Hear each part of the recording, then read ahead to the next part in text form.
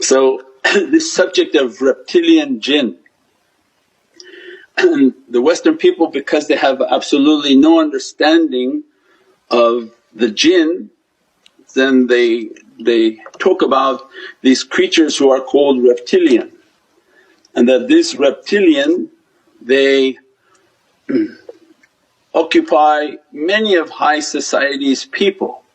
They run and govern many organizations, and then the ones who want to critique it, they make fun of it and say, oh look, these people say like they're like lizard people, they're going around and they're overtaking the human person and becoming lizard people. No, it has nothing to do with that at all.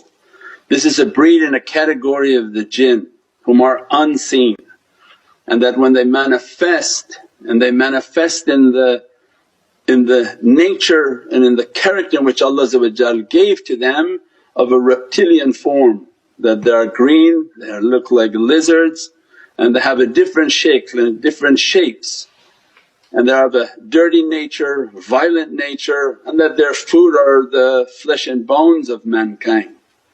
That these creatures are of a subtle nature and they don't need to occupy somebody in a physical realm because they're not physical.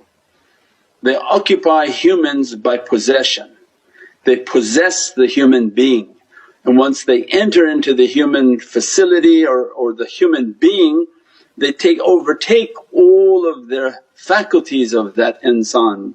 They see through their eyes, they talk through their lips, they move through their hands, and the appetite and the desires that they have overtake that human being, and that human begins to no longer eat like insan. So it means that these are a category of possession, these are a category of the jinn nations, and it's very easy for them to overtake this dunya. So when people don't understand that how do they have the ruling class? Well, because they operate under a different set of rules.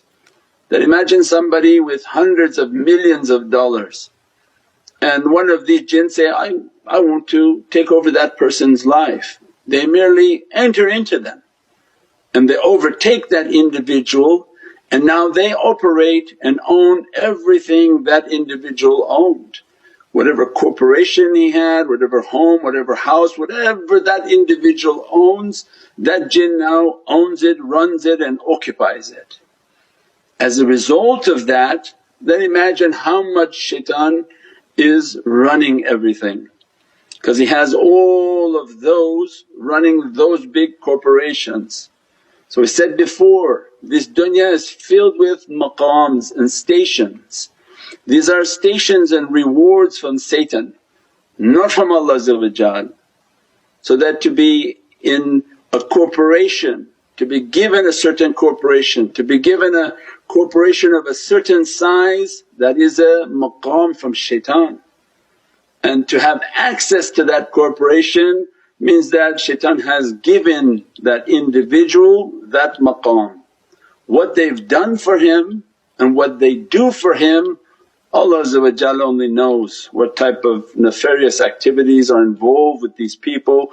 Even they begin to look not human anymore.